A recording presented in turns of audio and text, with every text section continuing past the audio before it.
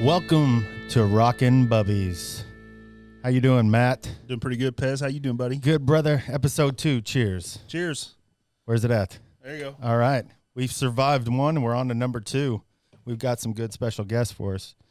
Good. Would you like to I can't say your last name. Well, you can say Johnny Shea. Johnny Shea. Marcheski. That's right. it. Marcheski, man. I called Unc and asked him, I was like, how do you pronounce his last name? Well, he's got a legal name, and then he's got the other name that he uses. Right. When, Johnny Shea Marcheski. When there's Marcheski. Yeah, man. when there's a warrant out on one name, Right. you answer to the other He's one. not so- here. And then we got Lou Thery these guys are from the band Cat Daddy-O. Cat Daddy-O, man. That's right. Yeah, Cat Daddy-O, that's right. I mean, you guys have, it's like every minute I blink before COVID, you guys were playing a show. Yeah.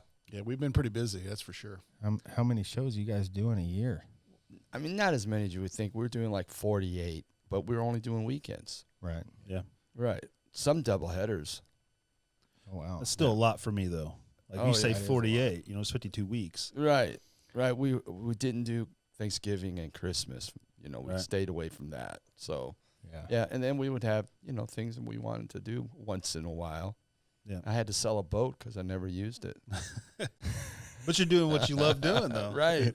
I was telling Pez, I was like, man, I want to get these guys on because you guys are by far, if not the best or one of the best blues bands I've ever seen. And I'm not saying that because I've known Unc for so long and play in a band with him as well. But you guys don't play what every other blues band normally would play. They always play the Stevie Ray Vaughan and the Jimi Hendrix. You guys kind of step back and grab some of that older stuff and play stuff that's that you wouldn't normally hear a blues band play, but you guys do it so well. And and everybody I've ever seen you guys have always just rant and raved about it. That's why you guys obviously play so many shows, because everybody wants to book you. Yeah, you guys are nonstop. I mean, from what I see, from around this area, you guys, that's Was the drag too was in 20 we finally got all the festivals. Yeah. Colleen worked really hard. That's our manager. Yeah. She worked really hard and got us into these great shows, and they were going to pay well, and it was really nice, and we were going to be doing the things we wanted to do, and boom, COVID. Yeah. So Ended it. right, we had to let it go, but that's all right. We've been working hard, learning a lot of new material. So yeah, it's going to come back stronger. Do you have a theory with your new material? How you learn? Do you go like every 6 months you guys pull out, or I'm sure you guys got a bank that's like a mile long. Yeah, It just hits you in weird ways. I'll be driving down the road and listen to something like, ooh, that sounds like a song we need to learn. And then show up at his house, and I got a song we need to learn. I heard it on the blues station, on the satellite radio, that kind of thing. Oh, yeah. right, and it works. And like you just said, though, you know how it is. You work up a song, you dig it, and then you go play it live, and it just like falls dead. Got to throw it away in the trash. But we keep them on the list, and we'll work through them and do them again. But we were really lucky. We were able to rehearse and come up with material regularly, and then trying to keep it, so we're not doing the same stuff all the time. Yeah. But there's such a lot of great material out there by a lot of artists. See, I think most bands, especially our band, Pez and the Spencers, I think that if we're playing 2 shows like in a week or 2 weeks, there's no room for practice. I mean, there's been some runs where we're like, what?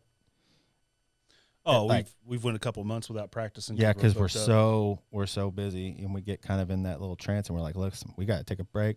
We got to learn new stuff. I mean, we have to keep it fresh. It's tough to do. And what was it, 19? We was so busy that we hardly added anything in 19 because we would just show after show after show and just Yeah. Yeah. So now had a chance to slow down a little bit and step back. So we've been adding quite a bit.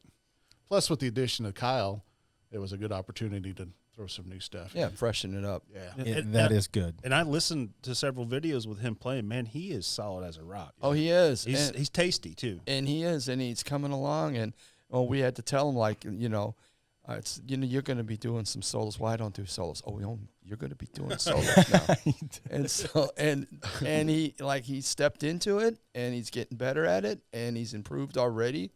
I don't want to blow his head up, so let's right. It's kind of what I do to him. Right. But he's really working it. Well, and he doesn't come from a blues background, and it didn't take that long, and he fell right into that pocket. I was impressed because, he played some rock and he played more country than anything, and didn't even have a background and know the material, like stuff that we grew up with that you would think everybody who's ever lived knows. He's never heard of, and it's like, seriously? And so, but yeah, he found that pocket quick. Yeah. That's great, man. It's good to have a fresh face in a while. Right. Every once in a while, right? A lot of times you don't notice things when you've done it a certain way Oh, yeah. for so long.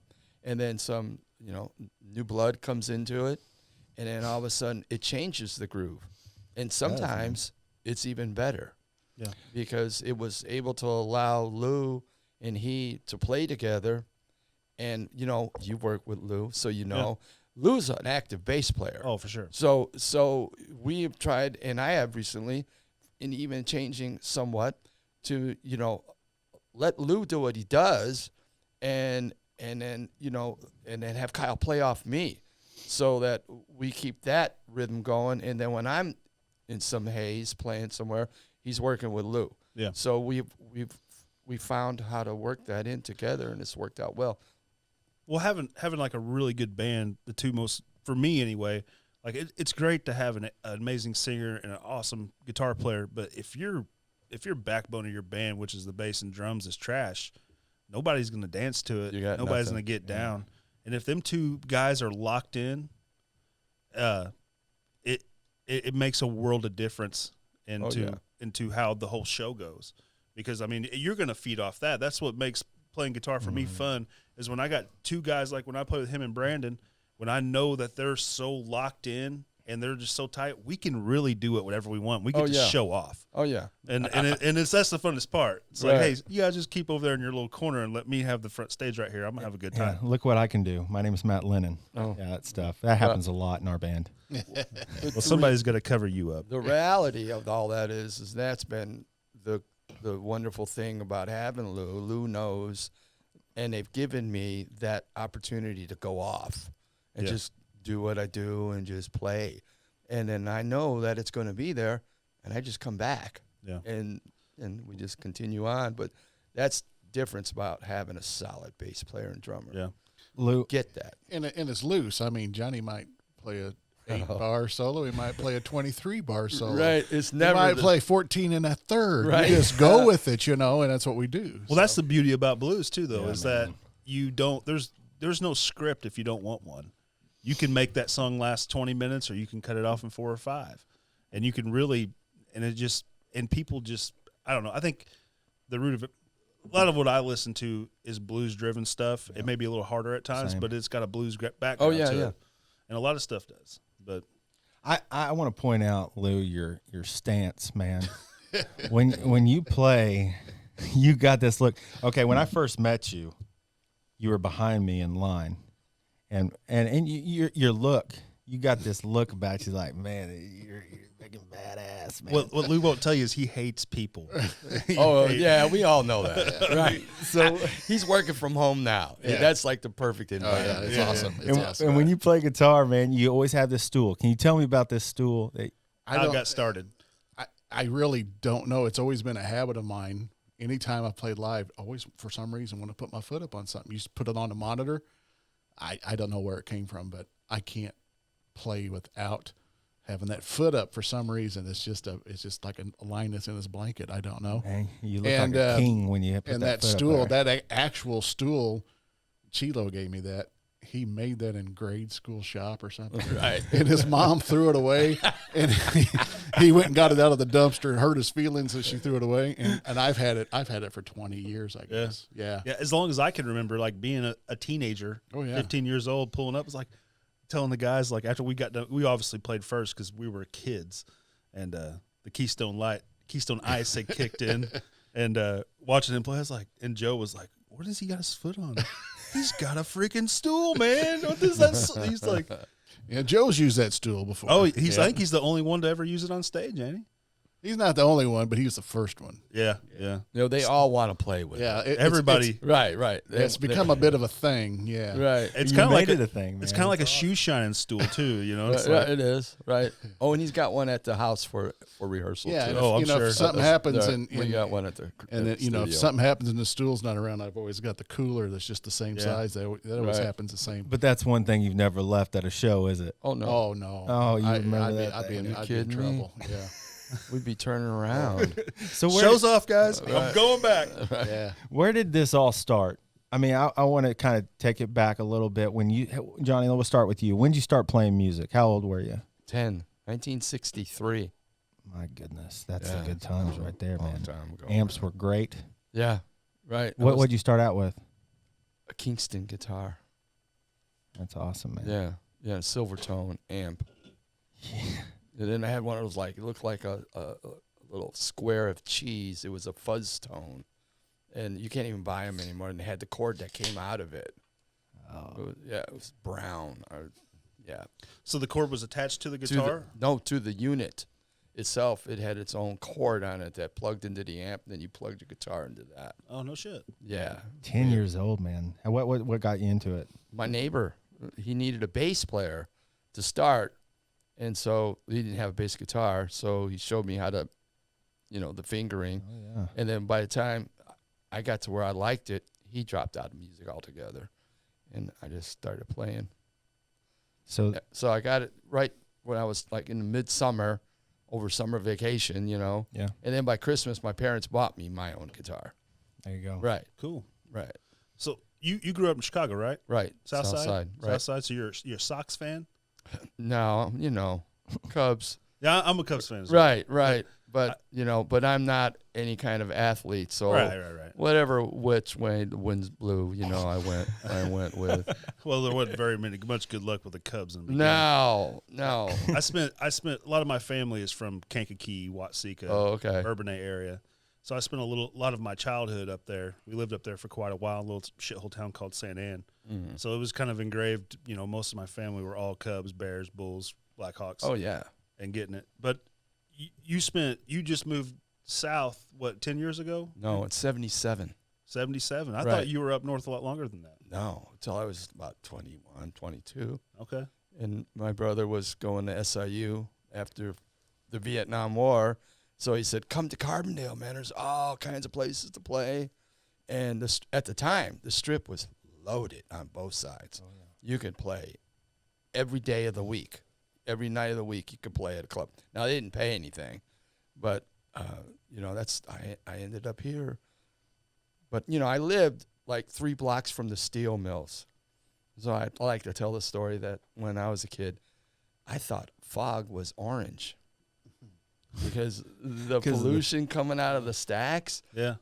On the way to school, I would write my name on the hoods of the car because it'd still be moist. Yeah. And then I'd come home and my neighbor would be yelling at me, Johnny, look at my hood. I'd scratched my name in it. From metal filings from the orange fog. It was just like, now I got to buff it out. Right. That's crazy. So you lived over there in Chicago. I've heard stories you played with some A lot of people. Yeah. big names. And that was just purely by accident because I had recorded a demo album for a guy that was managing the band I was in. And so it ended up at that time, we did it at Paragon Studios in Chicago, same studios that Styx used. We were across the hall. They were there. We would pass each other. And so I didn't know when I signed the contract, I was the leader of the band, that now I was responsible for the recording costs. And so it was, at that time, it was like $5,000. But, in 1972, that's a lot of money, That's a shit ton. Right. And so 1971, something like that. Anyways, so everybody broke up. And so this guy said, well, how are you going to pay me back? I said, what? Yeah, you got to pay me back. But I got something for you. This band I know needs a guitar player. You can work with this band, and I'll take 10% of your money until you pay me off. Nothing really. I thought, no, I'll do it. It was a funk band. It was 4 white guys, 4 black guys. I was like 19 years old. It was an unbelievable experience. So I got to work with them, and I had a whole new style because my stuff was like Led Zeppelin, that kind of stuff. So I had a whole new style. And little did I know, this guy that was a sax player in the band, I was 19, he was 40. And so on the road, we'd bunk together all the time. And he'd say, hey, Johnny, you know, the only night we were off was Monday because we worked 6 nights a week, 6 sets a night in these clubs. It was rough, 9 to 3 in the morning. And then we'd have Monday off. And so I was living with Doug. We had our own place. He said, Johnny, look at, man, you know, I played with Junior Wells and Buddy Guy all over the world, and they play every Monday night, and they need a guitar player. You know, he's the sax player. He said, you know, you can make $50 a set. I said, what? How many sets? 4 sets. You're going to pay me $200? I was making $275 for 6 nights. Yeah. 6 sets, right? And they were going to pay me $200 on a Monday night. So yeah, I'll go. And little did I know. I mean, I didn't know who Junior Wells was. I didn't know who Bobby Blue Bland was, or Buddy Guy. I mean, I really didn't know who they were. I knew that they had records out, and the songs sounded familiar because I listened to the Allman Brothers. Yeah. So I'm thinking these cats are ripping off the Allman Brothers. Whoa, no. the Allman Brothers idolize these guys, you know, and you know, I'm getting paid $50 a set to sit in, play 1-4-5s and in any key, and I was having a ball. And so and little did you know you were playing with legends. No, I didn't even know it. Yeah. I mean, I just knew they were paying me $50 a set, so I'm going. You know, there was always some kind of Fender amp there. I would just have to bring my guitar. That's awesome. I'd be the house band for that night. And, I mean, that's how I met Led Zeppelin. I met Jimmy Page and Robert Plant. And that was with Jimmy Blue Blood, right? Yeah, Bobby Blue Bland. Bobby Blue Bland, yeah. Bobby Blue Bland, you're right. And, yeah, I mean, that's crazy. What was like that, though, whenever you met Led Zeppelin? Oh, God. Did you knew, obviously. I didn't know they were coming. We were just playing, and I could see the front window from where I was on stage, and I see this limousine pull up. I was like, in this neighborhood, limousines didn't pull up. Yeah. I'm just telling you. Yeah. You know, and so this limousine pulls up, and I see this tall, blonde-headed guy get out, and this short, dark-haired guy get out, and 4 chicks. I mean, beautiful women. So they come in the club. I still don't know. I'm just banging it out, playing. And banging it out. Did you see that? Right. Yeah, he got that. That's yeah. And they come in, and they sit down in front of me, and it's Robert Plant and Jimmy Page. Jesus. And they're looking at me, and I'm, oh shit, you know, I'm just playing them, and get through the set, and I go off the stage, and they're, you know, we're talking, and Bobby Blue Bland says, those guys want to talk to you. So those guys, yeah, they want to talk to you. So I go down there, and, you know, remember, I'm 19. I don't have any skills, really. They start talking to me, but their English accent is so thick, they're brogue, that I can't hardly understand them. And I'm South Side. What? Basically.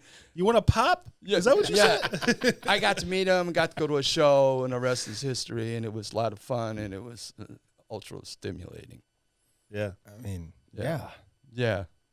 You got to meet him, and that in their prime when they were really starting to gear up and get down. You had to be on top of the world. I mean, feeling that. Oh, yeah. I got home. I called my girlfriend and said, hey, man, I met Robert Plant and Jimmy Page, and they want us to come to the show this weekend, and I got 2 backstage passes, and they said to come to their hotel. And she said, you're lying. You didn't meet them. I said, no, baby, I met them. You know, we got to go. And so we go to the Ambassador East, and they told me to call from the lobby. And she's up against the wall looking at the elevator, and I'm at the phone. And they said, yeah, they're on their way down. Just wait. They'll be right there. And I hear the doors open up behind me, and I watch my girlfriend goes. Yeah, they walked right up, and we hung out and went to the bar and had a few drinks. They said, come to the backstage. This guy will meet you back there at the door, and they'll bring you in. And, you know, we were drinking champagne, and doing other things. And, you know, during the drum solo, he said, go to the hotel.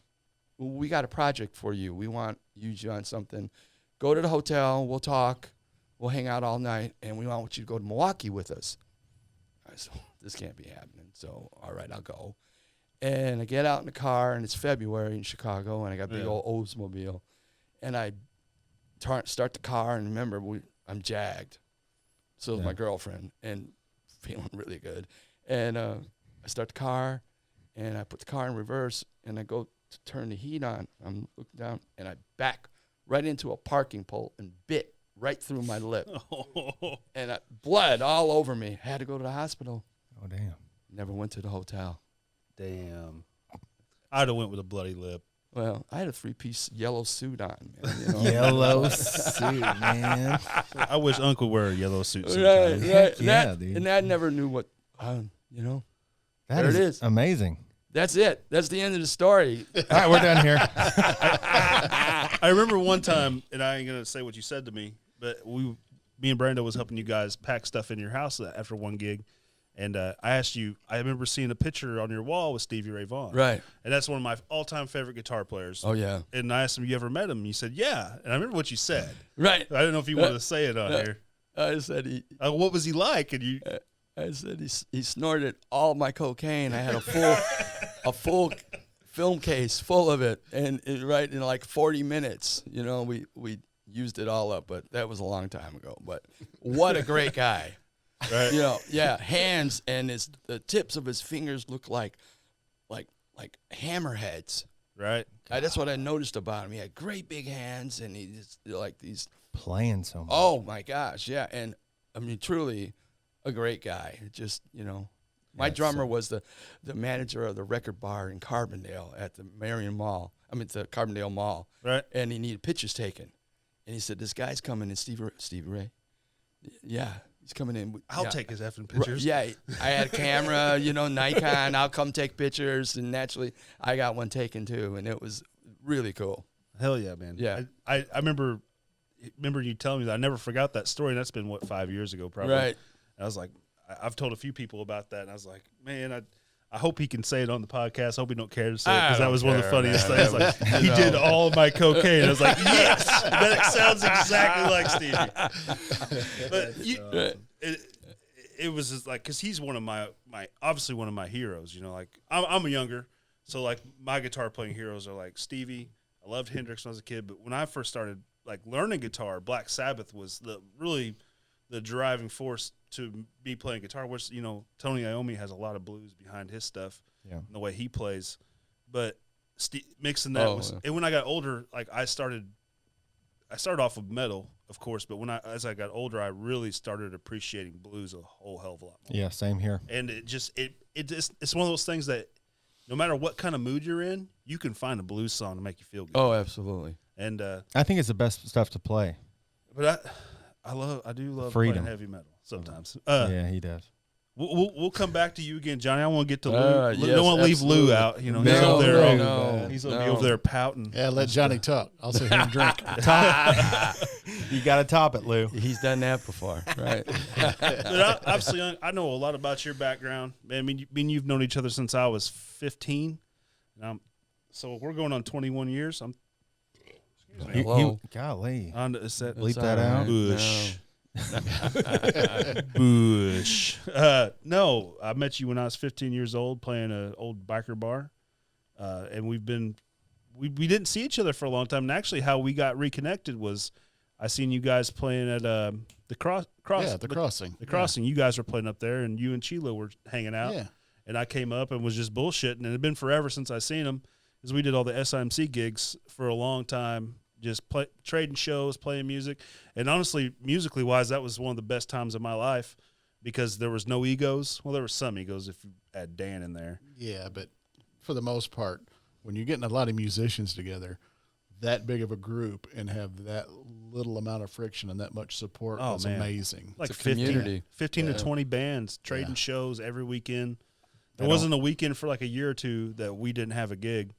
And most of the time we were hooking up with Zayas and Adrift and Annihilate the Hero and all those cats. Yep. But I met Lou back then. But give people who don't know you, Unc, and I call him Unc. He's always been called Unc to me because he literally could be my uncle or my dad. Everybody has an uncle like me. Yes, I mean, start from the beginning. When did you start playing? When did you start playing? How'd you get started? Well, let's see. I played a lot of other instruments when I was a kid before I got into the bass. So started taking piano lessons like second grade or something like that, and did that whole thing.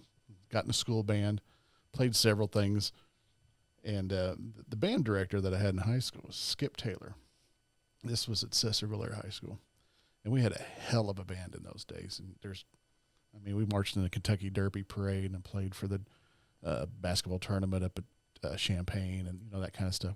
Cool. For a high school band, that was a big deal. Some good stuff. Mm-hmm. Especially so anyway, Kentucky Derby is a real big deal. Yeah, that was a long way to march, let me tell you. That was a lot of walking. Man, these horses run that far? So I played saxophone and different things in the school band, and I kind of become his go-to guy because it wasn't that big of a school. And so it got to the point where I really need you to play trumpet in this part. And so I would switch instruments wherever he wanted to put me, whatever was missing. My goodness. Yeah. And so long story short, did that for years. And then he decided I don't remember if I was in high school, and he decided he wanted to start a jazz stage band as an extracurricular. And he brought from home his bass and amp. It was a late 60s Fender Precision, which I wish I had today. Yeah, the first thing I ever touched. Yeah, beautiful. And a Sun amp. And he brought it to school. He says, here. He says, I want you to learn this and play it in the jazz stage band. I'm like, okay. He says, this is E, this is A, this is D, this is G. You go up one fret, you go up a half step. Go at it. And that was it. And then once I got my hand on that, then kind of everything else went out the window. It was game over. All bets, yeah, game over. Because I was already, I was into music all my life. My dad was big into, early rock and roll and Motown and, Wilson Pickett, Junior Walker and the All-Stars, the Chuck Berry. So I grew up immersed in music anyway. And then, of course, when I got to my own age and made my own choices, I would hardcore metalhead. And so here I had this instrument in my hand that I could use playing any of those types of music where, when I'm playing horns and stuff, not as much. So all bets were off then. And I think the first band that really ever mattered was a band called Odd Man Out. That was about, I think it was around 94. Yeah. Yeah. And that was the first band that ever really got beyond playing in the garage. And it was the first time I ever worked in an original. It was all original music, and that blew my mind. Finally, we're writing our own stuff. And that was a very important step because then once I got a taste of that, I never wanted to do anything but originals after that, Yeah, so, I'm trying to find that. Yeah. So.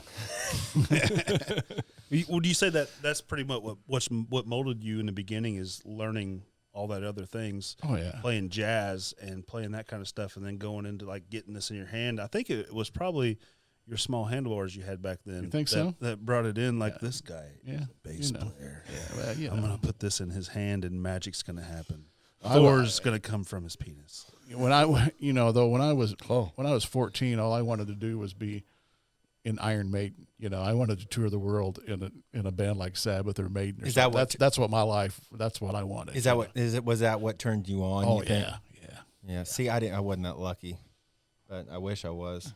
I grew up at just the right time to just be exposed to everything. Yeah. It's good music From back then, man. I've seen Chuck Berry live, and I've seen everything up till now live. I've seen the whole spectrum of it, and that's rare. I just was there at the right time. Yeah. So where are you from? Where are you from originally? Coelho. Coelho. Yeah. Illinois. Yeah.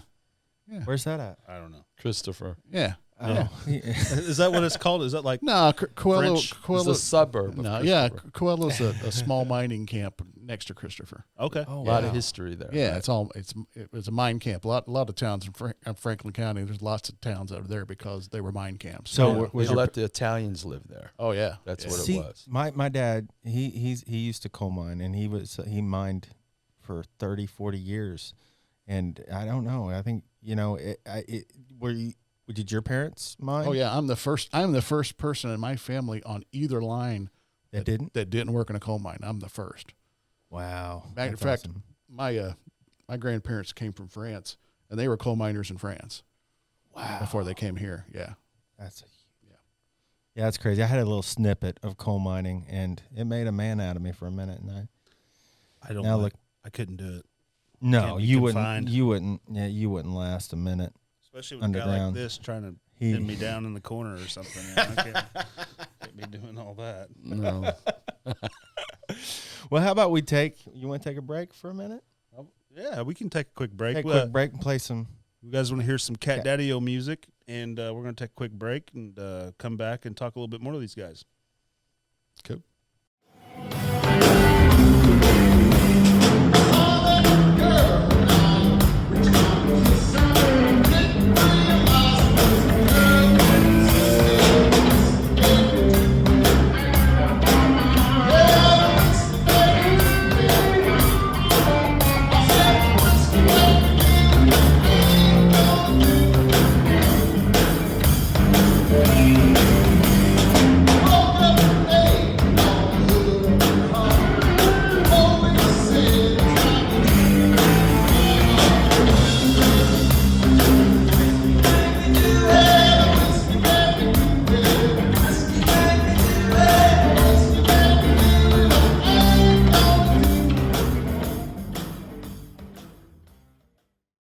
Welcome back. We're sitting here with John and Lou, hanging out, talking about music.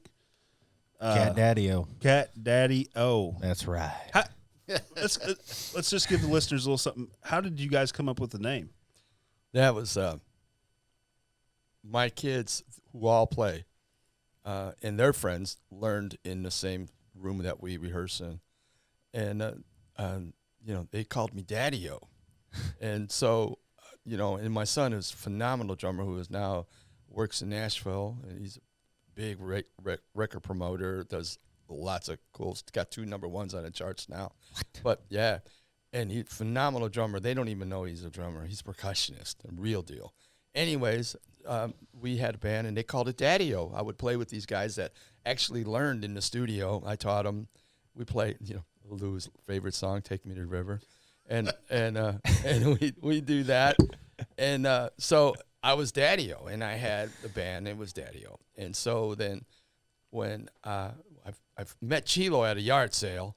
Yeah, right. And so Imagine that. And it sold him a drum that took him a long time to pay for, but I got the money. Imagine that. And then we needed a bass player because the guy that I worked with was moving to Florida. So, and then Chilo says, "Hey, I got a buddy, but I don't know if he'll come out of the closet anymore because he's not playing. He's not going to do it in the closet, not like that." But another, yeah. Not like Pez. But Yeah, but different. Anyways, he wasn't gonna. Chilo. I think there might have been an issue with Chilo, and we'll go. That's another time for another story. Wait. Right. Anyways, so he convinced Lou to come over, and we met. We got to jam, and so we started playing. And Chilo didn't want to call it Daddy-O anymore because he used the term Cat Daddy all the time. All the time. Yep. And so he said, "Well, let's call it Cat Daddy-O." I don't give a shit. Okay, Cat Daddy-O will work. That was it. Hell yeah. That's where it is stuck. And how long you guys been playing together? Almost I 10 have years. no idea. It's almost 10 years. Lou's like, I don't know. It's been a long time. It's been a long time. Has it really been 10 years? Yeah. I guess me and you've been back playing together for what, 5 now? 4 or 5? Dude, I don't keep track of time at all. I have no clue. I really don't. Yeah. Yeah. I can tell you dates that happened prior to the millennium, and after that, it's all a blur. So you guys are pretty close for being playing for 10 years. I mean, you guys are like, Yeah, we when we learn any kind of song, we call it, we're going to Cat Daddy-O it now. Yeah. We don't, we might learn the progression or whatever, the lyrics. So you do your thing. Then we do our thing. Yeah, with it, we get the bare bones skeleton of it, and then throw that away and do our thing with that skeleton. Yeah.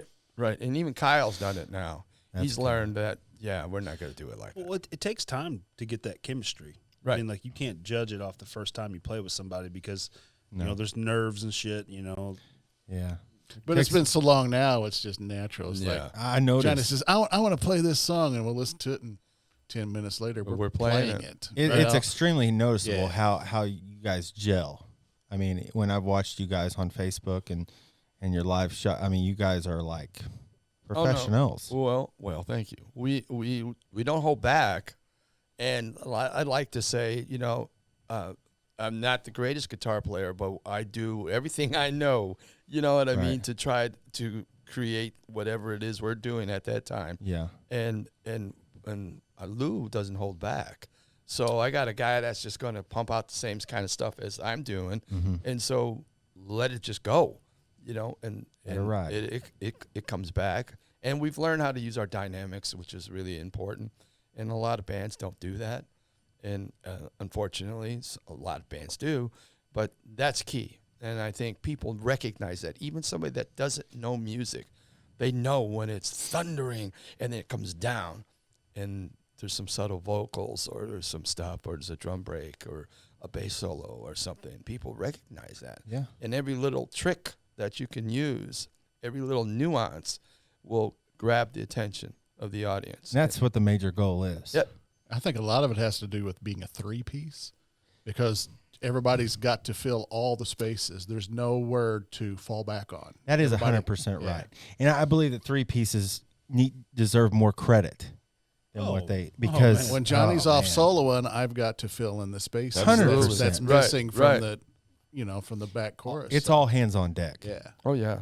Well, it's the same thing with Mudhouse, you know. I mean, I've told this on the other podcast when I've told him many times, it's like, your bass gives me heart palpitations sometimes. Like, it just hits me, and that little thing just That does. thumps. It smokes, man. Right. And I always give him a hard time about that, but he's made me a better guitar player because he's allowed me to find my way along the way. And he's never really been hard on me, but in the beginning, he's just like, dude, just effing play, dude. Just get your head out of your ass and do it. Oh. Like when we did our little demo with Bottomland, he's like, no, you can do better. And it's like, And that's good. He always pushed me to like, Oh, no, you got to do that. I don't know. Do you get through a certain time period after playing that you're like, oh, I can't, like, come on, Matt, get your shit together, you know? Like, can you know? And I mean, do you guys still do stuff like that? Like, come on, Lou, come on, Johnny. Well, I've been doing this long enough that No. I've kind of lost the filter where, before you Right, you got to right. tiptoe around people and all the egos, No, and that now it's shit like, don't no, happen. just do it. Yeah, right. And We're gonna sometimes go I can at be it. too blunt about it. I'm like, man, that sucks. Do this instead. 100%. Try this. You know, Yeah. I'm just too old to deal with all that Well, yeah. pussyfooting around everybody's feelings. Right. Man, get her done. Let's go. Yeah. You know. What Set the they've- egos down. Right. They've had to learn, and Lou will tell Kyle this all the time. I don't care how we rehearse it and how many times we do it here. When we get on the stage, Johnny's going to change it. it's 100%. it's going to change, you know. Yeah. And we really, Lou and I, we work off the crowd. We see it happening. Yeah. So I mean, you know, yourself. course. I mean, nothing like Well- a great drum solo right now. Exactly. And the drums hit it, and we give him man. these breaks, and Lou does great solos himself. So we break that up, and like you said earlier, if the people are dancing, you got to keep them dancing. And I told Matt that. I've told Right. that. What did you say? At practice, you said, "Oh, I'm just feeling it, Bubby. Feeling it. You just got to feel it, bub." there's been times where there's 4 people there and he played the same chorus 18 times in a row. And I'm like, end the effing song, man. It's time to go home. He was grooving. Let's just get. No, we weren't grooving. We definitely weren't grooving. It's time to was turn digging. off. My amp just had all it could take. No, like And that makes a big difference when you play out as well. Like if you have a great crowd, everybody's had a terrible show. Oh, yeah. You've not been a musician regularly long enough if you have not had a terrible show. Yeah. You've had shows where there's 5 people, and you've had shows where there's a couple hundred or even more. And it's like and you could have a big crowd and it's not going good. I've been there, done that. Yes. But you could have a smaller crowd and it is just they're fired up. They're rioting. Right. And that makes me play better. Yeah, 100%. It's just gets me in the groove. One of the funny things that happens to us is we'll play this winery circuit, right? And you'll be playing to 20 people and have an okay time. And then 3 buses come in and on the wine trail, and then there's 500 people there, and they're going bonkers. And they're drunk. And then after about 45 minutes, the buses leave, and you're playing to 3 people and a dog again. All in the same set. It's really, That would be, I've never It's had weird. that experience. That would definitely be like the Twilight Zone. Oh, it was like good. you just step into another But usually, dimension. the good thing is they all leave a tip on their way out to get back on the bus. So That's all right. Oh, yeah. Oh, yeah. Hey, give the bass player a promote that. drink over here. That's right. Promote that. Something stout. That's right. That's great. Speaking of stout, you told me a cool story. You went to Ireland, right? Yeah. And you drank straight off the tit of the Damn Guinness. right. I went and toured the Guinness Brewery, baby, and got a free pint at the end. That's very awesome. Then spent the rest of the night drinking Guinness. I went to every pub in Dublin and drank Guinness till I couldn't see straight. So what would you choose? Obviously, I guess. What? Well, this was 20 plus years ago. This is before You this place changed. even existed. Founders. Yeah, Founders only been around 20 some years. What is yeah. that you drink? It tastes like I'm eating it. What is that? That's Dirty Bastard is what it's Dirty called. Yeah, Bastard. it's a Scotch ale. Real high alcohol content, real thick, and I love Scotch ales. That's my favorite. It's very frothy. Yeah. I could say something, but I'm going to it resist go. the temptation to go with the frothy. Come on. I've known a lot of frothy. But yeah. That's hilarious. But like I said, you guys got a pretty good following. You have you have these group of chicks, I've noticed, these older ladies that follow you guys religiously. Mm-hmm. The ladies.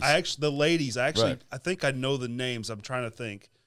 Oh, the one that always takes pictures. What's her name? Joanna. That's the one. Yeah.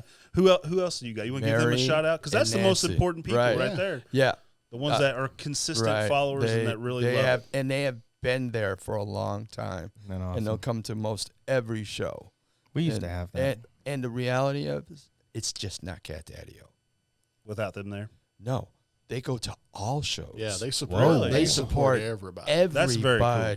Yeah. Oh yeah. I mean, and Joanna takes photos of She everybody. does a great job, by and the she way. does do a great job. And then she promotes it.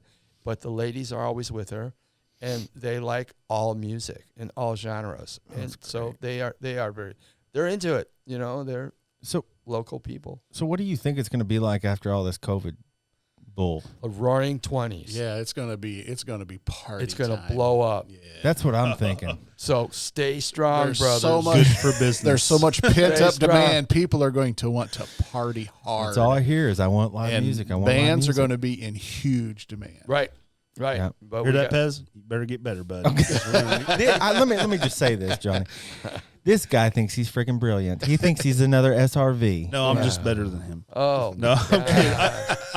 I enjoy him busting his balls because he takes it very well.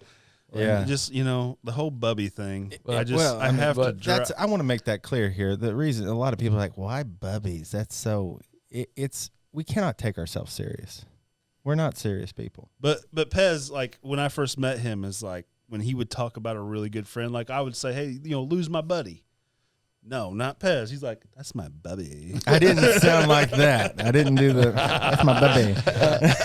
No, I mean, maybe No. not. Your hand didn't go limp, but we know. No, I'm ready though. I'm excited. And the band is. I'm sure you guys are up and ready. I mean, are you guys still booking? Or are you guys like? Yeah, Colleen started booking just recently. Well, give us a little piece about Colleen because she's obviously a big part of your guys' group. Huge. Right. She does all your booking, which he does ours, so I love that. But having somebody all on the the work. outside that does the work where I know Unc said it before, he's like, I love playing music. I just don't want to handle all the bullshit. Oh yeah. And Well, she's made when they got a hold of me and said, "Man, we really want you to come try out for this band," and I said right off the bat, I said, I will not do any booking of gigs. I'm not setting up recording sessions. I'm not setting up photo shoots and laying layouts for CDs because I did all that for years, and I'm not doing it anymore. You just want to play. I just want to play. You I don't want to be work. I'm going to get like that too, work. Matt. And it's nice having somebody that's, I mean, she's obviously your wife. Yes. And, well, you know, just Lou's in love with my wife. No, your wife's in love with me. Yeah. She likes the hair. She told me to tell you, she said hi. She likes that hair line that you don't have. He's Bald losing it head. too. Don't worry. No. Yeah, but I'm old enough to be your dad, man. What are you talking about? What you don't know, though, is Lou and Colleen are both accountants. Yeah. And so she's all oriented to schedules, things being on time, talking to the club owners, talking to the venue, making sure what kind of advertisement they're going to have. Are they going to put it on Facebook? And we share. She does all of that stuff. And we've actually gotten to the point where club owners will come to us and try to pay us. And we'll go, no. We don't want that money. Yeah. You give that to Colleen. We don't touch the money. Yeah. And it actually has made things real easy to do. Oh, Yeah, my for gosh. sure. We just go do our thing, and at the end, Colleen will have an envelope. Oh, you're and so sometimes lucky. I even get paid. Oh, like That's what I like it the best. When Johnny has to get his wallet out and hand money to me, it's worth more because I see the pain in his face. I don't know what he means by that. Right. No, it's we've been at the end of the night to shows. You know, you've had a little too much to drink, and he's Yes. like, Imagine that. "Hey, bub, don't you go get the money? Yeah. I'm like, Right. somebody go get the money." Right. You know, it's like I don't want to go get the money, man. I'm packing shit up. I don't feel like getting any money. Oh, that's beautiful, isn't But it? yeah, I don't. It's not for us. Do you No. remember? It is Do you for remember you. back in the days playing at the G Spot? Oh, the And G-spot. Sky, you always had to go to the ladies' The room ladies' to get bathroom. paid. She'd always want to go to the ladies' room, and that's where she'd take you in there to pay you. Yeah, it So- was That kind of sounds weird. weird. Yeah, So, people who don't know about the G Spot is in DeSoto. It used to be a strip it's club. gone. Yeah, It's gone. It's tore down now. But it was the first one in line before you got to JB's and then Yeah, the Gallery yeah. and then Coyote. But there was this crazy lady that used to run this place called Sky, and it had no heat, no air conditioning. Like in the wintertime, we had to wear a coat while we were jamming. And you literally walk in, and the girls would be walking off stage, you know, or look like fried eggs stapled to their chest. Oh. I mean, it was not good. But Sky was so insane. she was into the music. She loved the music, but Yeah. she would put all of us bands up. We'd come there and party, and like every time when we end a gig, there'd be like 4 bands or 3 bands or whatever. We get done, she's like, "All right, guys, come here." And what? Like, and I'm like 18 at the time, 19. Hammered drunk Hammered She's drunk feeding at me 19. feeding me beers all night long, and she's like, "All right, come here."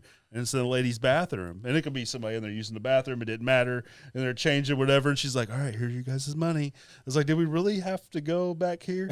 But then when then they moved it around and they put the bar in the back. In the back. Well, then she done this several times when we were playing because she moved it around so that everyone would be looking at the band and away from the bar, and she'd be flashing things at us as we're playing. was She you be flashing what? her tits? Oh yeah. Oh yeah. Oh, God damn. This is the owner. And, Yeah. she'd just be screaming. Great. That's what I'm talking She about. was I don't partying it up. I That don't shit even know don't if happen these days. I don't even know if she's still alive. I have no idea. I actually ran into her, but it's been a while. But One of the most memorable things Sky ever did. I mean, she was crazy, but she shaved her head behind the bar one night Oh, my God. while one of the bands was playing. Like just, I mean, she had long, beautiful hair, Yeah. dude. She just started shaving it off. What the And heck? we're like, this is the most metal thing in the whole world. and then one night we was packing up her gear, and her boyfriend comes in the front door of the bar riding his Harley, rides it through the yeah. through the bar into the back room, and puts it in the back storage while we're packing our gear up. Yeah. I'm seriously waiting for Dalton to come through the door at Roadhouse. I mean, I'm seriously, this place was insane. Yeah. But we had a lot of great Had a shows. lot of fun there. It was There's not a place like that anymore, is there? No, it's politically incorrect. Oh. Everything you said. Yeah, Yeah. but it all happened. It's true. Yeah, it It's did. not like we made it up. No, I remember. Do you remember she was talking about a festival one time? She was wanting to put something on that big back lot she had behind the bar, and I remember she come up to us. And this is when we were in Chain Driven, and she's like, "So guys, like we're talking about doing this big festival, this big biker festival and stuff, and we really want, and I'm like 17 at the time. I'm just like, yeah, we'll play it, whatever. She didn't even finish the sentence, and I'm like, we'll play it. She's like, but I can like get you guys blowjobs in your show. And I was like, I've seen your girls, and even though I am 17, hard pass. Right. All good. Right. crazy. Right. So let's go back, Johnny. We're talking about BJ's here. No. Wow. Let's talk about. You said you have some more stories about the whole Led Zeppelin era and that. Right. So when I was playing with that funk band, Yeah. my manager put me in this band to pay him off. So we went downtown Chicago. There was a lot of warehouses not far from where Chess was, but all the cats would rehearse in these big rehearsal spaces that actually had mixing boards and big PAs in them, and were big rooms, big enough to have orchestra sessions and stuff in there. They had, baffles and stuff all over. Well, there was a freight elevator, and we'd all smoke pot, and we'd go down in the parking lot and then come back up. And I'm always like the last one getting in the elevator, taking off. And so I get in the elevator one time, and there's these two black cats, and they're dressed pretty cool, and they got nice hats on, and they're drinking. What did I say? Hennessy. They're drinking Hennessy, and I got this big old spliff, and they like offered me the Hennessy, and I take it. And I'm 19, and I offer them the doob, and they're smoking, and oh man, this is really good. And they said, so what are you rehearsing over there? Yeah, I'm with Johnny Ross. Okay, well, when you're done, why don't you come downstairs and you can jam with us?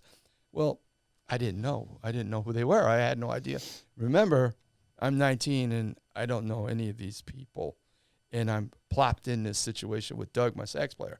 And so I go down and play with it later on. And they said, do you know who that was, right?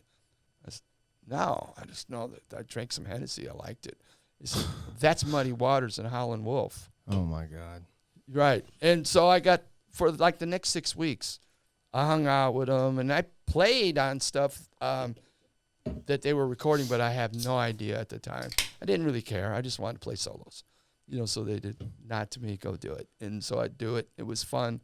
And later on, when I would play those places on Monday nights, I played the Checkerboard. That was Buddy Guy's place, and several others that were famous joints. But like I said, all I had to do is show my Firebird play, and I got $50 a set. But those cats would all be there, and they would.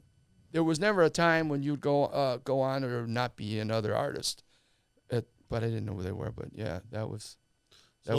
So looking back, it's just like. Yeah, right, and you didn't realize probably at the time and I think they dug it because it was no big deal. I just you weren't a fanboy, Yeah. Right. I was just hanging with them. I was like 19-year-old kid, right? Just want to play. That's all he wants to do. Just wants awesome. to play, So I had, they had gear. I had the time. Well, hell yeah. Right. It was fun. Yeah. So that was pretty much your job, was just playing music in the beginning, was just right. That's 19. all I did. Right. That's all I did. But back then, we were playing so much in the area. You played 6 nights at a place. Normally, there was rooms involved. So you got a room, and you got your cleaning done and meals.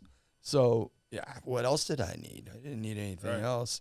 And, yeah, it was a pretty great gig. So you travel with this? Right, with tri-state area. We Okay. basically, Illinois, Indiana, Wisconsin, Michigan, we'd go up to, a campus up there, play. It's fun times. You look back on it, and you're like, holy crap. Right, I do. I got another story for you, too. Please. 1968. I'm 15 years old. And my brother, another guy that loved Ray Charles and listened to a lot of stuff and turned me on a lot of great music, went to school with the guys from Chicago, the band, CTA at the time. And they were playing in a place right, I bet you, 15 minutes from where I lived. It was called Lansing. Mm-hmm. And it was another southern suburb from where I was. And my brother said, hey, you want to go jam with these guys? I told them all about you. You could sit in. And so my brother sneaked me out of the house. I climb out the bedroom window, jump in his car, we'd go to this club, and I'd play on Terry Caff's SG or his Strat. And I played with what they were called CTA at the time. And so I play a few songs. My brother get to drink all night. He'd put me in a cab and send me home. I'd climb up right through the bedroom window. My parents never know I left. Right? And you know, I mean, I didn't know, you know, later on. You didn't know what you were doing. I didn't know who they were. I just knew they had a great band with horns. You know, badass. right. And yep. And he also went to school with Shaka Khan. So, Really? Yeah, and that's a story. He's the owner of the Jacksonville Jaguars. I can't tell that story, but I mean, we've covered a lot of pretty obscene things, but I'm gonna let that go because she's still alive. Right. I really want to know about. Right. Ain't Shaka Khan's the owner of the Jacksonville Jaguars now, ain't he? I don't know. Is she? Oh, it's a she? Yeah, Well, Shaka Khan. Shaka Khan, yeah. Oh, Rufus and Shaka Khan. Yeah, Rufus Thomas. Oh, I'm thinking of somebody else. Right. Scott, you know what I'm talking about? There's a Khan that owns the Jacksonville Jaguars football team. Oh, yeah. I know, guys. It's before your time, but Yeah, man. Well, he's a very wealthy man. I thought you were talking about a male. You're talking about a female. Yeah, Shaka Khan's that's a her, man. one day I'll share the story of Grace Slick. But Yeah. that's not for Right. this podcast. No, we don't Yeah, have that's to. not for podcast. I yeah. think it is. I think it's the perfect place to It's tell the not story. about. We'll come back some other day. We Yeah. need ratings, guys. Come on. Right. Like, share, and subscribe. Right. But Lou, I want to talk to you about your because I was getting my guitar worked on probably a month ago. I always bring you up because this guy knows you very well. Oh God, who? And- I don't owe him any money, do I? No, Okay. you don't owe him money, but I'm like, he literally told me, he said, I said, oh, you know Lou, right? He said, oh, yeah, that guy has got a problem with buying basses. That could be a lot of people, man. I don't know who you're talking about. What is it? We want to give a shout out to that? Backstage Guitar Lab. Oh Backstage yeah, guitar. Mike. Yep. Yeah, Mike's a good cat, man. he does good He's work. done all 9 of mine. Yeah, he's a good guy. Yeah. How many basses do you own, Lou? I don't know. It's over 20 now. Yeah, my nephews went and counted them. It was 21 or 22. I don't know. Oh my I really gosh. don't. So, Doesn't matter. is there like a competition No, between you no, guys? Like not when at all. No. No, Unc I gets a actually new started bass. selling them. Johnny had 20 when I met him, and I had 2. So there's no competition there. No. I mean, but it's like it's an addiction. You got to admit. Oh, like, yeah. It here- is. Is an addiction. Right. Well, It but is. here's my story on that. Okay, I always wanted a Rickenbacker, right? Of course. And they're expensive. Yeah. Geddy Lee, Lemmy. Absolutely. Yeah. Right. And they're just cool, and they got their own sound. I mean, nothing sounds like a Rickenbacker. No. Period. Okay. There's things that play smoother and are easier to handle, but nothing sounds like one. So anyway, I had played one at a store one time several years ago, and I thought I didn't like this, and it does take some. It takes some getting used to because it's a little different. Anyway, so what got me on this road was I went to, and I will put a shout out to Swing City Music there in Collinsville. That's where I get the Rickenbackers. And Art treats me great. He's a great guy. I recommend the place. And he was having out of a spring sale or whatever, and he really made me a deal on one. And they didn't have it in stock because I wanted the Jet Glow, right? And they didn't have a Jet Glow in stock. Mm-hmm. So I got one on order, but it still took a year to get it because Rickenbacker come when Rickenbacker makes them, you get them, and they don't get in a hurry about it. They do what they do, and you get what you get. That's quality. And he made me this offer, and I'm like, man, that's a lot of money, but God, that's a really good offer. And I had never spent more than like $400 on an instrument before. You know what I mean? I never had. That's what we like to call breaking the seal. Well, that's exactly what happened because I actually he made me this offer, and I'm like, oh man, we're talking about me buying something that I've never seen or played.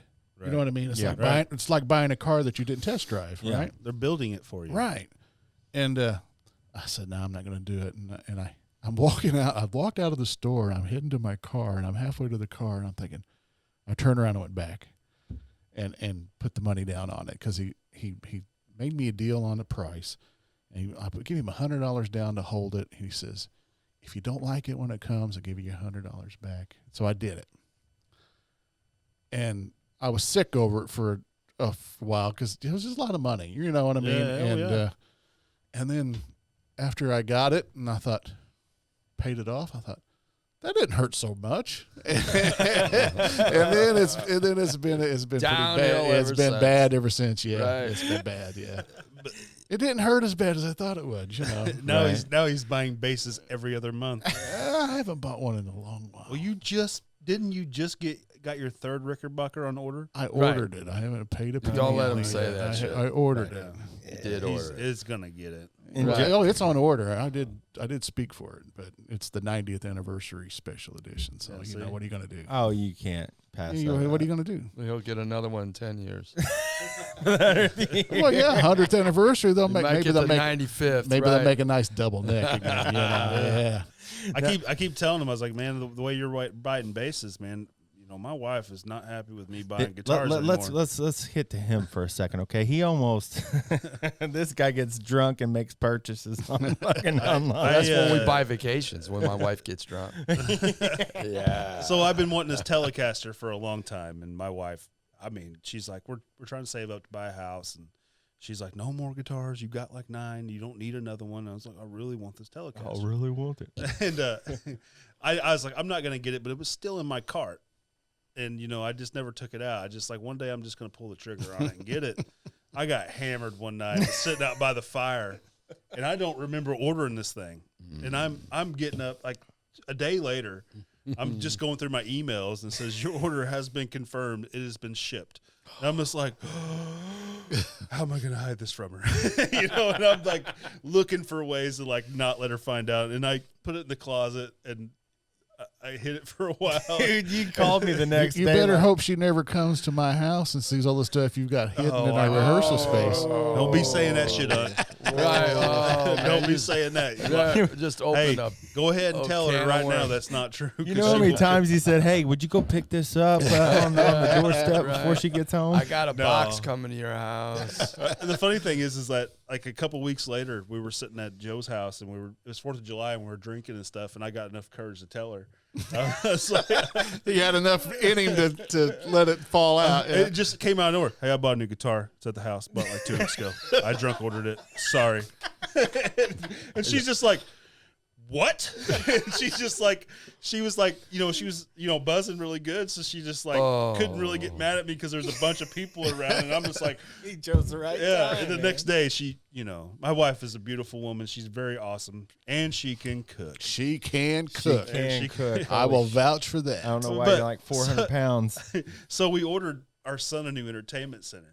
And it came for Christmas. It came in the mail, and it looked just like the box a guitar would come in. Oh man! So I took a picture of it, and I sent it to her. I was like, "Babe, I don't know what happened. I must have got hammered again and ordered another guitar." And she straight up sent me a text says, "I will fucking cut you. I will cut you wide open. We are divorced." Oh man! I was like, "Babe, I'm sorry. It's his entertainment center." And that right then, I've told Pez, dude, I can't order no more stuff. Yeah, It's I've tried. Everything is on back order with that old dad here. Till I buy that woman a house, I can't get no new equipment. No, Ain't happening. word. So you, Johnny, Right. you take these guitars and you practically strip them, from what I hear. Right. What do you do, man? Well, I'll just tell you the truth.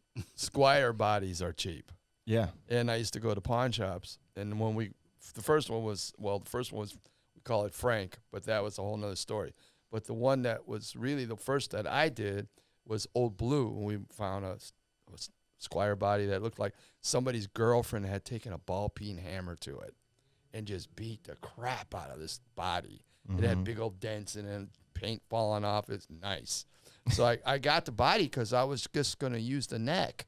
And when I got it home, I looked at it and said, oh, no, I just can't. I got to do something. So as you well know, you can go on these sites and buy whole pick guards that you just pop right in the guitar. Yeah. And it was one of my first really effective pieces. And Lou will tell you, I bet I played it for 2 years straight on stage. I've seen you play it. Yeah, all the time. I mean, it turned out to be. So then I just started buying Squire bodies and then buying better necks because the Squire necks aren't out. But Old Blue's got the best Squire neck you ever play. And we know a Luther. Like Lou's, I have another one in Carbondale that does all my stuff. He knows how I like them set up. So, very affordable. Who's your guy? Can you say that? Give us Yeah, Nate from Axe Monkey. He was. Yeah, for the Axe Monkey. Yeah, right. And he still does them out of his home. As a matter of fact, I'm going to see him tomorrow. And he's taking care of all. So the word is you can buy those guitars and you can hot rod them and make them your own.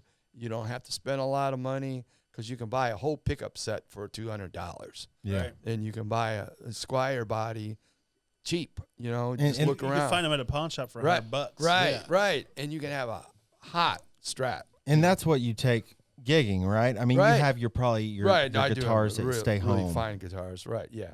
Yeah. Right. I got a Gibson 335 that Right. I'm just trying to beat the shit out of. And I know that's terrible to say because it's a very expensive guitar, but I just want to make it my own. You Right. know what I mean? Well, you don't have to beat it up to make it your own. No, you don't. Well, no, I'm not trying to beat it up. I'm trying to play the shit out of it. I want to make it, I have got my I way. got a couple that only come out on right. certain gigs. They don't go to Right. any place where we're real tight. Where me and Johnny's Right, gonna we're going to We're bump gonna into each other. bumping into each Yeah. other and Because stuff. Because we do move on stage. Yeah. Right. Oh, yeah. Right. Yeah, oh, I've seen Right. Yeah, so Right. there's a couple that only come out on the big stages or nicer places because they're just not. Oh, they're not worth the risk. So of you getting guys have harmed. played in some tight areas too. Oh, Sure. who Oh, yeah, hasn't? man. Yeah, man. Yeah. Right. We've played some pretty tight areas. What's your best show you guys ever played at? Down at Paducah for the barbecue Barbecue festival. on a river. Yeah. That's yours too? Yeah. Yeah. I mean, What- I'm 10,000 talking about us for Cat Daddy. Right. Oh, For Cat okay. Daddy. Because that, I mean, Okay. that's just Right. that is just a 10,000 massive crowd. 10,000 Yeah. or more people. Great man. sound system, and they're there to party. And they it don't was play. great. And they love Cat Daddy. Yeah. You guys know Bosco France? You guys ever met Bosco? No. He's a blues player from Evansville No, he's from Kentucky. or Kentucky. Well, That we- guy is phenomenal. We got to have him on here. he's I really think we great. could get him. Lou Jatan is another guy you should have. Yeah. He's from Paducah too. See, Bosco played at Crossroads with Eric Clapton Crossroads Wow. thing. Wow, cool. He's like PRS. He's a PRS guy. He signed a PR. PRS signed him. He played. Oh. Yeah, he played up here at the country club And he's played at the Elks. and at the Elks. Right. That's where I recognize that name when he kind of played with the country club. Yeah. That's, Uh, I recognize he's- the he's name, amazing. but I'm not You familiar. would Take dig him. him. You would totally dig You him. would totally. He's just. There's one guy I want to bring up, and I'll probably get the name wrong. Uh-oh. And he's a harp player that used to play with you guys every once in a while. And I Snooky believe Pryor, not Ripley Pryor. Rip Pryor. And his dad, if I'm not wrong, Snooky. Snooky was yeah. the first harmonica player to ever put a microphone in front of it. Yeah. That's what they say. Right. He took that from being in World War II. This is what I read. Okay, that being in the military and when they would bugle over the PA, and that's what gave him the idea of how to put a harp over a PA. You know, Oh yeah. yeah. When I got the pleasure of seeing Rip with you guys one time Right. at I think it was the Harley Davidson shop in Mount Marion. Oh, for our friend. Oh, I Yeah. know what you're talking about. Yeah, Yeah, in the yeah. back. Yeah, it was a Right. fundraiser. Right. Yeah, gotcha. Yeah, And I remember just being in awe watching this guy rip Oh, it yeah. up on Yeah. the harp. Oh it gosh. was great. And so how did you guys get hooked up with him? I mean, what? A friend of ours hooked me up with him. They tried to put us together for many years, and we started playing together. And then later on, when I was working with Lou and Chilo, we brought Rip in to do some shows. It was fun. It's one of the videos I watched today. Also, you guys had a sax player on. Oh, Chris Oh, Rigg did. Chris. Yeah, Yeah. yeah. That was fantastic. Yeah, Yeah. He's a Oh, good he's player. a really good guy. He's playing with us more often. That's so, awesome. Yeah. Yeah. Yeah. So what? Let's do like a 10-second thing. This is going to be Pez's 10-second thing. I'm switching it up. Here, guys. Pez's 10 seconds, Pez, just 10 like his seconds. love life. Oh, I knew that was. Why did I know that was coming? Is Jack Wagon. Right. So your favorite band of all time? Or Little guitarist. Feet. Little Feet. Little Feet. That was quick. What about you, Lou? Oh, I know this. It's hard for me to name a favorite because I got this group that are so important to me of all these bands. But if I really had to just do it on the fly for 10 seconds, it'd probably be Black Sabbath. Yeah. That was I was quick. going to say either Sabbath, Dio, or Motorhead. Well, see, Or just Lemmy. I throw Dio in with Sabbath, that whole family deal. sure, You know, yeah. the Deep Purple family, the Heaven Black and Sabbath family. You know, yeah. What about you, Matt? So- What's Oh, your man. favorite band of all time? Like it's really tough for me, like, because when my dad passed, the last 2 things he gave me was 2 Black Sabbath albums. It was Heaven and Hell, and it was Paranoid. No, So for me, that was like the band that really got me wanting to play. And I remember watching The Last Supper on repeat all the time. But like, I can give you a top 3. I mean, that's the best I can do. Come back to Heaven and Hell with me, okay? Yeah, when you get done. because it's Sabbath, Alice in Chains, and Jimi Hendrix, and that's really because I love Jerry Cantrell's low end guitar playing, and that's what really molded me. And then I love Tony Iommi's just sludgy. And Hendrix was just so innovative in just the way he played. And I got the Isles of Right DVD, and I watched that thing religiously. And just watching him play and the way he played, and watching documentaries and how he was a pretty shy guy, and he really didn't think he was a really good singer. And I always really enjoyed the way he sang, and that's what made Hendrix. You know, he's just amazing. So, what about you, Pez? Oh, I don't even want to go there. We'll go there some other time. But I want to ask. I got a question for Johnny here. Who plays the best Voodoo Child? Is that even a question? Can you even answer that? Oh, Jimi Hendrix, but I mean, You think so? Oh yeah, absolutely. But Better than Stevie- SRV? That's one of those songs Stevie that most did- people shouldn't bother. Stevie, yeah, right, Stevie did right, it. right. Stevie did a hell of a job. I, You know, I'll I tell you saw who- Jimi Hendrix.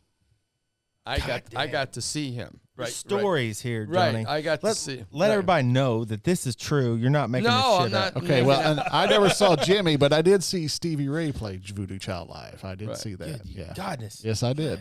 You're just young, Pez. I If we would've know. grew up- I know. Well, I haven't been to very many. The only person concerts. I've ever seen do Voodoo Child and do well besides Jimmy or Stevie Yeah. was Forrest Hurd. Oh yeah, yeah. absolutely. Yeah, Right. he nailed was the it. real deal. Yeah. Wasn't he from here? It was in- from Harrisburg. yeah, from that area. Forrest Hurd was? Yeah. Yes. And, The Hurd and brothers. he pulled it off, and that's saying something to pull that. That's one of them songs man. that most people should just leave alone. You know, No, and it's we just one of don't them do it. songs you should leave And alone. They did Leave it ZZ alone, Top, ZZ Top to perfection. Yeah. That was Billy Gibbons was this guy. So what? That's another amazing guitar player. Billy yeah, Gibbons is. absolutely. I think he's kind of looked over sometimes. Fan. I He's- love his vocals as much as I Yeah, love his I mean, guitar he's- playing. But yeah, he's I watched incredible. their documentary the other day. Oh, the new one? I haven't Yeah, seen it's that. really, really good. Yeah, really I'd like good. to see that. Bee Gees documentary was good. That surprised seen the hell out of that? me. The Who's- Bee Gees documentary. Oh yeah, No, I haven't yeah. seen that. That's really good. That's really good. Well, I got a story. So Come I on, went give it to to me. go. I went to go see the band was Vanilla Fudge. Yeah. That was the band, and the tickets were $5.50, and they had 2 backup bands. And the first one was Jethro Tull, and the second one was Led Zeppelin. And so, the first band comes out. It's Jethro Tull, and this guy comes out in red leotards playing a flute. And I go, oh shit, what the hell is gonna happen? And they're playing this arena. And he takes his flute and he throws it in the air as hard as he can. He runs across the stage and comes back in a flying split and does this. And there's his fucking flute. and the whole house goes, that's the first time I heard the whole house gasp at one time. And I was like, oh my God, I've never. And then they just smoked the audience, right? I'm thinking, wow. Now, Led Zeppelin's coming on. And I know who Jimmy Page is because he played at the Yardbirds. Yeah. So I'm like, oh, yeah, this is going to be good. He come out and play. And the next day, I sold everything I had to get a black Les Paul because damned. Jimmy Page just blew me away. So the next band comes out, and that's Vanilla Fudge. That's the headliner. They had one song, Keep Me Hanging On. Yeah. That was their song, right? They start playing, and 4 or 5 rows at a time leave. I mean, they just, after Jethro Tull and Led Zeppelin, I mean, they came out with a Farfisa organ. Yeah, I mean, it was for $5.50. I mean, that was memorable. Oh, I bet. well, when man. somebody throws a flute at a rock show, for one thing, like Straight up in the air. and it just does the splits and catches it. What's the Will Ferrell movie? No. Yeah, it's something Pez would do for sure. It's Yeah, but we'll ice skip the skating. leotards, okay? Let's Blades not, of Glory. Blades of Blaze Glory. of Glory, yes. right? That's some It's Blaze just of like Glory that. shit, But you he know? just does this. Never even looked, and there was his fucking flute. I mean, that to this day, You're still thinking about it. Like, how the hell did you think somebody was sitting above? Like no, somebody maybe caught the hell flute and then dropped it down? No, there was none of that happening. He just did it, you know. Or are you sure you weren't tripping on acid? Well, that's like another story. I'm just kidding. That's what I told you about Grace Slick, and we can't talk about that today. I got one more question. Now I kind of want to ask another question, so it's kind of two questions, but I want to get both of you. What in this you might I think you guys don't even give a shit really. What is your guilty pleasure musically? If you you'd listen to That you don't want anybody to that you don't want anybody to know. Wow. Well, why would they tell us here, though? Well, I can't just let the cat out I don't there. listen to anything that I'm not proud to tell everybody I listen to that I can think of. But what is something That's that why I you, thought. what is something you maybe listen to that people wouldn't think you listen to? Maybe Lenny Kravitz. I would not think that you I love Lenny. Lenny's Really? a badass. He is a bad guitar player. He's bad at everything, man. He can mix. He mixes the Led Zeppelin with the Jackson 5. I mean, I worked with a guy that dated his daughter, really, and she is like a Right. superstar now. Right yeah, now. Zoe, is that right? Yeah, Something Zoe like that, Kravitz. I think she plays on the new Batman that's coming out. Right. I worked with a guy that dated her. But So Yeah. mine. That's by no means guilty. But I'm proud to say I love Lenny Kravitz. Right. That's not like I'm saying I love New Kids on the Block or something. But, you know what I mean? it's just like the fact that when you were behind me, and I've never talked to you before, but I saw you, and I thought you'd be like, yeah, because you were behind me in the cover. You're paying for the cover, and I thought you'd be like, yeah, $5, okay. You know what I mean? Not only the people don't know that you're very extremely intelligent person. Well, he's I'll kind. take- I'll he's a take your kind word man, for too. it. Well, Yeah. I mean, Matt's But he told don't me like already. people. You just don't like people. I don't like most. I don't like most people. I don't like most. He would people. rather have a dog. Oh, no, he absolutely, will love absolutely. a dog. Oh, no. yeah, absolutely. Oh, yeah. But when you look at your stage presence, like when you're up there on that stool, man, you look at you. I see you, and I'm like, that is. Oh, no. But I'm enjoying being. And he carries a fan, too. You notice that? Yeah. So his hair blows. Have you never seen that? Yeah, man. There it is. There it is. That's it. right. That's us. That's- That's Old Blue. See Old Blue? That is Old Blue. That's yeah. right. Look at that. Got the cacks in it. Right. I'm telling you. And he's got them. I he's got the them, same shirt on. What is this? He's got them cab muscles like two fine Christmas hams. I mean, That's you a guys, fact. you got the part. Oh, man. Right. Johnny, do you have anybody, Well, man? I'm gonna admit this. Michael McDonald Michael Oh McDonald? man, Who's that? you don't know if Michael McDonald from the Doobie. He played with the Doobie Brothers. Yeah, Okay, but he okay. also does a ton of Motown Right, stuff. right, too. right. Yeah, that's Okay. the guy. Heck yeah, man. Yeah. Awesome. Right. And I See, forgot. I love the Doobie Brothers, but when Right. Michael McDonald came in, that's when It changed It it. kind of Yeah. turned me off. Right, from what it they changed did. it. Yeah, Right. I'm with Yeah. you there. Yeah. But his solo stuff is Yeah, really good. Yeah, and Right. he's got a good voice. Oh, yeah. Right. It's the material. but that it I'm didn't. crazy I about. didn't think it fit the Doobie Brothers yeah, style. I'm with you. Um, yeah. But I love Motown stuff. Like, Right. you've heard it. It's been on every infomercial. Oh, I when guarantee you're I've heard wake up at 2:00 in the morning, you're going to see Michael McDonald singing Right. "Ain't No Mountain High Oh, yeah. Enough." Oh, yeah. Oh, here we go. Yeah. Yeah. He's singing it, buddy. Nice, Come on. man. It's so great to hear Matt sing. He sings like an angel, doesn't he? Like just like he's Like a an angel good took a guitar player. shit. Oh, here we go. No, I'm not much of a singer, or I just I thought I had another question, but I forgot it, man. I Well, guess Lou that's said what he happens. wasn't a singer. no. And when- Lou's an excellent singer. I wouldn't. He is I now. wouldn't have done it if Johnny didn't force me to. Right. And you see that's what's awesome. Okay, I've got a bass player that also forces me to play better. His son. And That's right, Joe. He's his son. Yeah, Joe's my son. I don't know how, but I've never met his mother, but I'm sure I'm his father. Oh shit! He's a little bit. He's the one. He has used the stool. He's one of them that's used the And stool. he has Yeah. it practiced before. He goes, "Hey, what kind of amp does my dad play?" It's like, Well, the first if you- time, if you stand them next to each other, they even got the same receding hairline. Nice. Yeah. the Another- first time I met his lady, she come up to me. She goes, "I was told you're my father-in-law." I never met her before. Another shout out to Joe Simpson. He's made it to the podcast again. That's my man. I'm sure he'll make it many more times. Oh yeah, we got to get him on here. He I forgot about my question that I was going to ask you. It'll come to me later. You started out with guilty pleasures, where you started. Yeah, I don't know where I was going to go with it. It was a totally off. It wasn't even. I don't know. You not got it written down in your notes? there, No, guys? I totally forgot. See, me and this guy got into it on the way here. I call him up.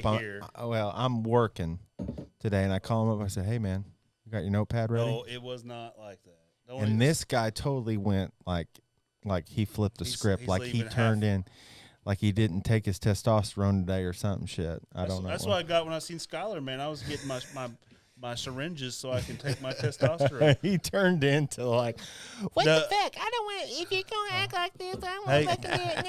Hey, Cartman, calm down, bud.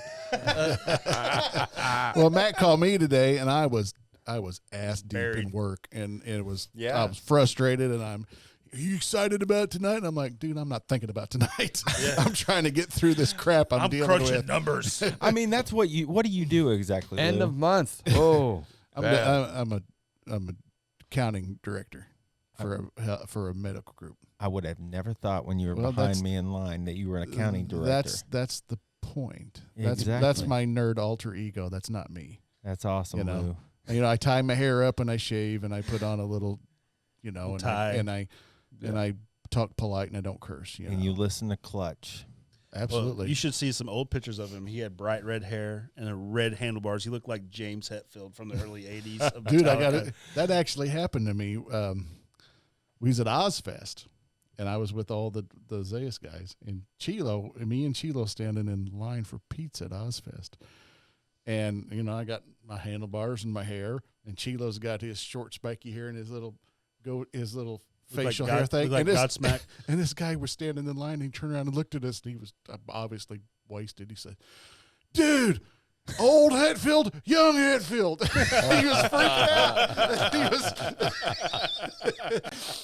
out. So we need to get you guys over here to Carmi to play. Yeah, there's for sure, several. but- there's several establishments. There's the Elks. There's the Legion. Well, we were booked to booked, play right. Country and- Club. and it got rained out. Yep. Yeah. But Right. we need to have you guys over here at an indoor night when everything clears up. Oh, because absolutely. I will do it. I think people would love you guys. So Jeremy Pretch, if you're listening, book Cat Daddy up. Of 100%. And, anybody. The Legion. Yeah. I mean, VFW. Yeah. Don't forget about those because they got a killer. No. They got a killer bar down there, man. I tell you Everybody what, forgets about the that place. VFW in Carmi has changed a lot, and their venue is set up freaking perfect. It What is is the place that I've played here in The Carmi Elks. with you? The Elks Elks? Lodge, yep. Okay. That's a cool stage too. That's it's that's cool. a big long room. Right. It's always a good time when we play at the Elks. That's the only thing. That's the only place I can think of that I've played here in Carmi. That's the only place. Me and you. Yeah. That's Probably the only time. Cat play there Daddy twice. loves outside shows. Absolutely. Yeah. We've had bad experience. Oh, I've had rain flowing. Well, yeah, I don't want underneath to. the speakers. Right. Yeah, but you got to have. You got to have Contract? coverage. I mean, Right, you got to right, have right. a gazebo or a Right, stage or right. something. No, we Right. have flatbed trailers. No, And- no. And you remember, just like Yeah, my man here has got the problem with buying shit. yeah, we have an incredible PA, yeah. and that's another reason why you've always thought Cat Daddy sounded really good. Of course. Is because we've taken the time to make sure everything is produced exactly the way we want it. So what do you guys, if you don't mind, just going through real quick? What do you guys have? Do you guys have bows? What do you guys? All JBL, and it's all powered. Everything's 1,000 watts Right. or more. Digital Right. mixer. All digital, all That's XR. what What kind we of digital use. mixer are you rocking? Behringer XR18, all That's what we got. wireless. That's what we have. And but we've used it a lot. We can really use it, and it has helped tremendously.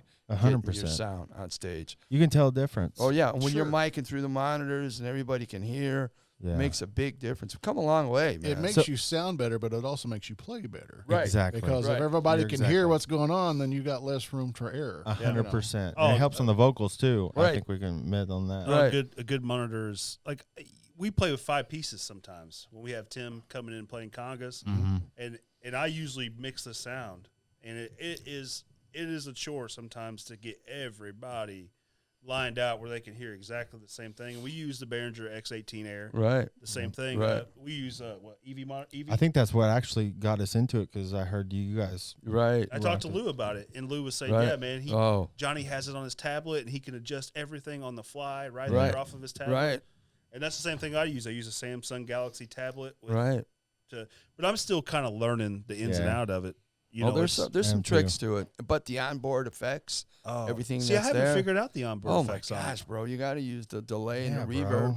You Come have on, to. man. I'm gonna have to come to a Cat Daddy And show. check and this check out. It out. The gates for the drums, Yes. smoking. See, that's where I'm. See, we got a guy though. Cat Daddy-O's got a guy. Got a guy, Rick Rost, who is an incredible. As a matter of fact, I got his card right here for you. That's right. It's his band should be one of the ones. Oh yeah. That you want to see. But he's an incredible engineer and bass player too. Yeah. But a gentleman, and knows about everything. But anyways, and it's sound engineer. He worked for Soundcore for years, but did all the big shows. He lined us out really, and then comes out and does our sound occasionally. So as you know, kind of resets everything. yeah, and he did all the effects and he did all the gates for the drums. And then once you've got that set, it's saved. So you knew you were going to throw this card out, didn't I brought that. for us. Throw it up to Right. the camera, Pez. Right. Yeah, but Check you know it out. it's been coated in some chemical, and you're going to die in 30 seconds. Now, Johnny, not to get off the subject, but you did retire from your job. Right. Well, what'd you do, I man? was a technician Congratulations. for a car manufacturer that we made all the electronic circuit boards. Congratulations, Right, man. right. I mean, I had think a that's gravy me job, and really be truthful. me and Matt are like. I want to retire right now. I can't figure out if I'm happy for him or if I hate him. No, I he can't said make up fuck. my mind. He said fuck you. I feel like you're going to be gigging a little As bit soon as more. I said that, and the bottom line is, I went to work Monday. I retired on Friday, and I went to work on Monday for another job. But because What are you look at- doing now? Come on, antique restoration That's right. for an established business that this guy is like smoking, and he's a man's man. He's like, I'm serious. He's an American Olympic archer. He was in the last Olympics, and he came in highly placed, second place, I think. Yeah. So for the USA and he does primitive furniture, does antique restoration. Gosh dang. And he brought me in because he said, "Look at that. You're gonna do it exactly the way I tell you, right? Yeah, I'll do that. Okay, then I'll pay you. All right. Right. And it's 5 minutes from my front door, and I don't start till 9 o'clock. I was waking up every day at 4. You know. I hear you. So it's like I'm there. freaking vacation, and then go home for an hour For lunch. for lunch. Yeah. Yeah. What's lunch? Then work till 3. So, do you guys have any advice for us gigging musicians? Let's just say we're gigging right now. We're going to be gigging here soon. Do you have any advice for us as far as just have fun. Words of wisdom. words of wisdom? Yeah, Because we look up to you guys 100%. When it becomes work, then it's not worth doing. If it's not something that you're doing because you love it, then you shouldn't be doing it. And I found that with players that played in the band with us too. It's like, okay, he's not feeling it. Yeah. Are you? It's time to go. Oh, man. there's always going to be that. There's going to have times. We've all had that. Yeah. Lou will tell you I've had that. But it's got to be fun. Or you wouldn't still be doing it, brother. Yeah. Still, both of you. You wouldn't be doing it if you didn't love it. Right. So that's what I even tell young people, that, you're doing it because you love it. Stay with it. Yeah. And, yourself, YouTube has made us all better players.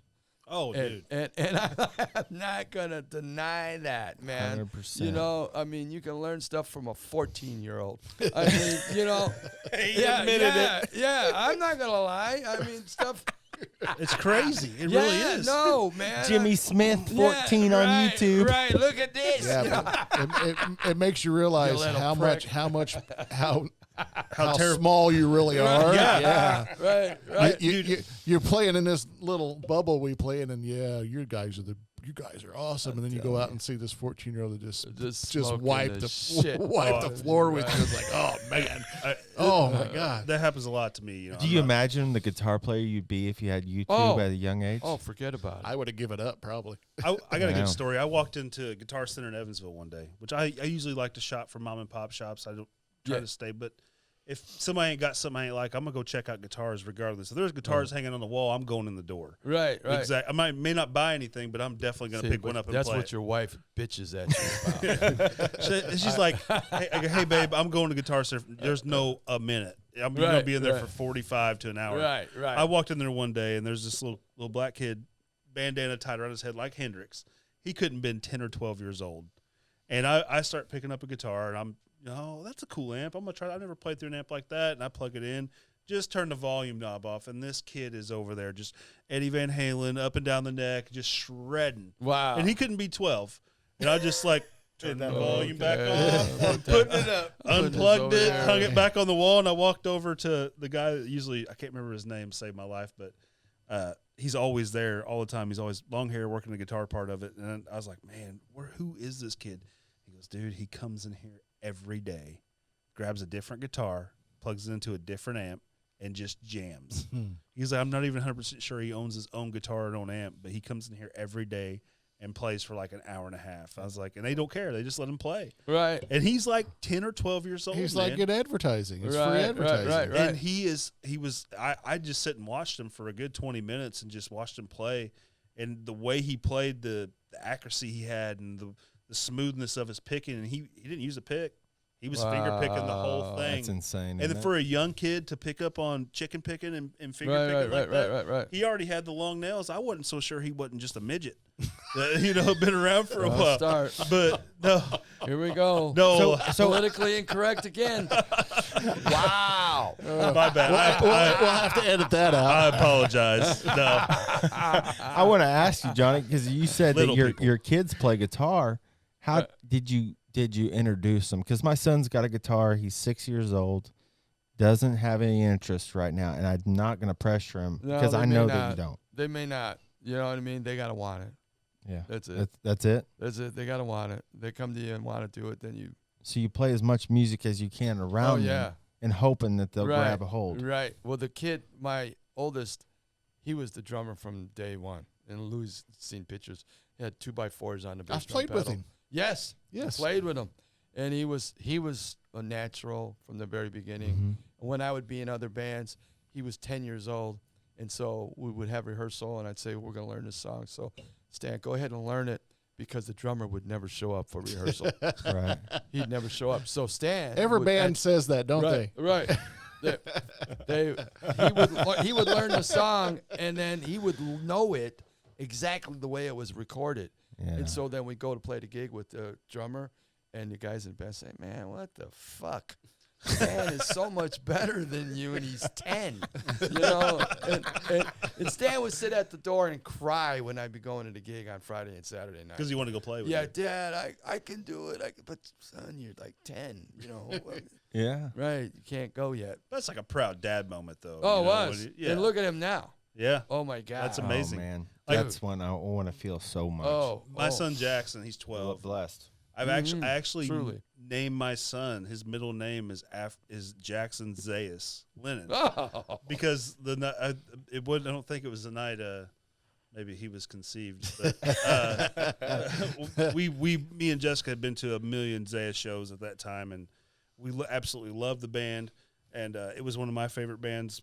Because I grew up with them pretty much playing music. I grew up playing with these guys, and they meant a lot to me.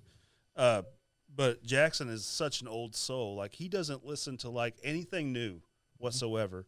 But it's like I walked in the other day and he was listening to Ooba Chaka, Ooba, Ooba, Ooba Chaka, Ooba. More than a feeling. And I'm like, what's going on, bud? And he's just in there jamming, But the thing I found with him is that we told him we wanted to at least have a hobby. Have something extracurricular outside of school, and he wanted to play guitar, so I bought him a nice little Alvarez to practice on. What I figured out real quick was the more I pushed him and the more I got onto him about playing, the more he drew back. Oh, from yeah. it. Sure. Yeah. And, like, you have to sit back and kind of wait for them to come to me. Like if I figured out if I'm sitting there jamming in the living room and I'm playing something, I may just for fun play something that he's interested in. You know, that I may not even want to jam, but I'll just play it just to mess with him. And he'll come in and be like, hey, how'd you do that? And he's an extremely smart kid. And so how old is he? He's 12. So it's time. 10, Yeah. 10 is the age. I started when I was 10 11. is the age. 10 is the age. I started when I was 11. I was intimidated when I first started. My uncle, Don Pesavento, I don't know if you even ever heard of that, but he's from Harrisburg. He's an old Irish player. name.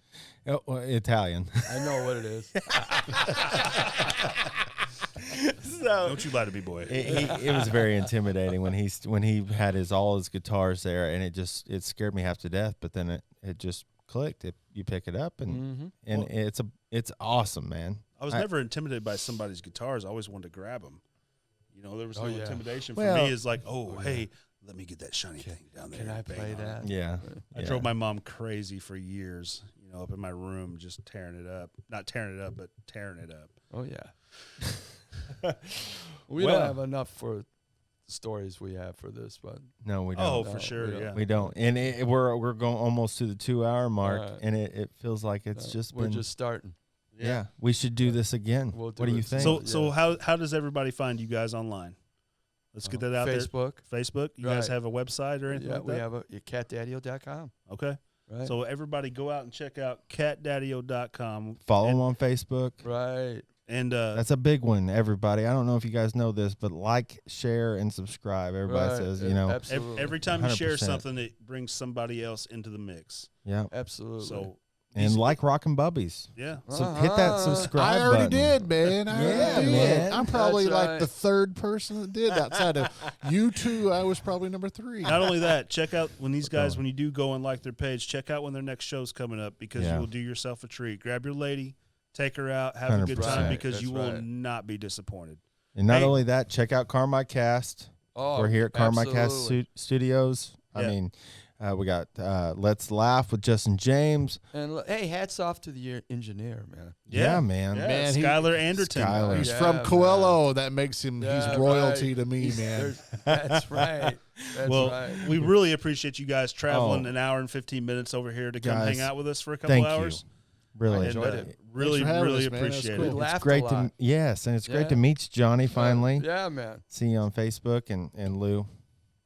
That's right. We're rocking Bubbies, everybody. Thank you guys. Thank you.